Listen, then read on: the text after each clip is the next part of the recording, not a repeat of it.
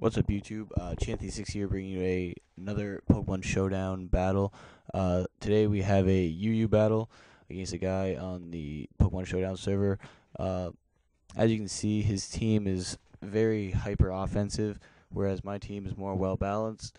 There's not really a whole lot to this battle. Pretty much just Honchkrow destroying this guy's team.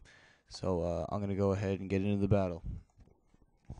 He leads off with his Rotom Heat, where I'm going to lead off with my Bronzong, and I go for predicting him to Volt Switch out, or Hard Switch out into Xatu to bounce back my rocks. I switch into Snorlax, and he goes into Porygon Z.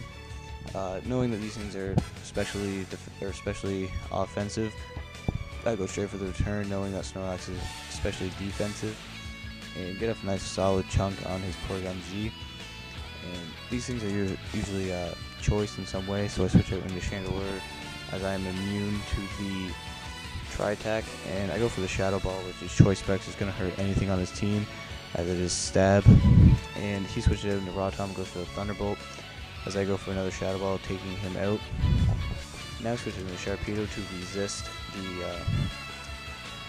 the Shadow Ball, as I switch out into Hitmontop to get the Intimidate off, threaten him out with the Close Combat, and pretty much as Death Fodder to get a free switch into my Honchkrow, because as soon as I get in my Honchkrow, his team is going to get destroyed.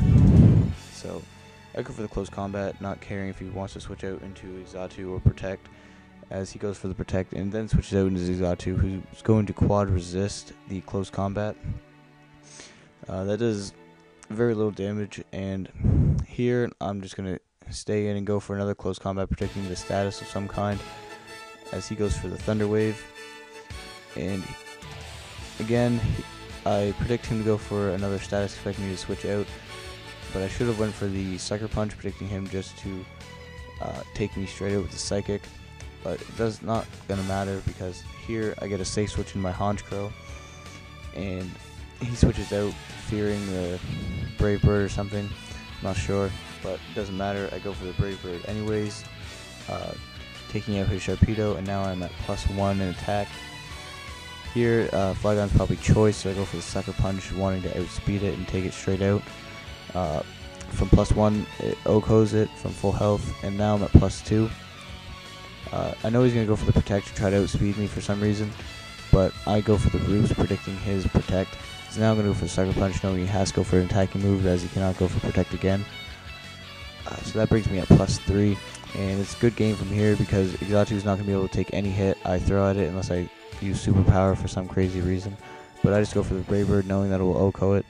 And then he's going to switch in his Porygon Z just to die, and that's going to be the game. I go for the Sucker Punch just to speed it.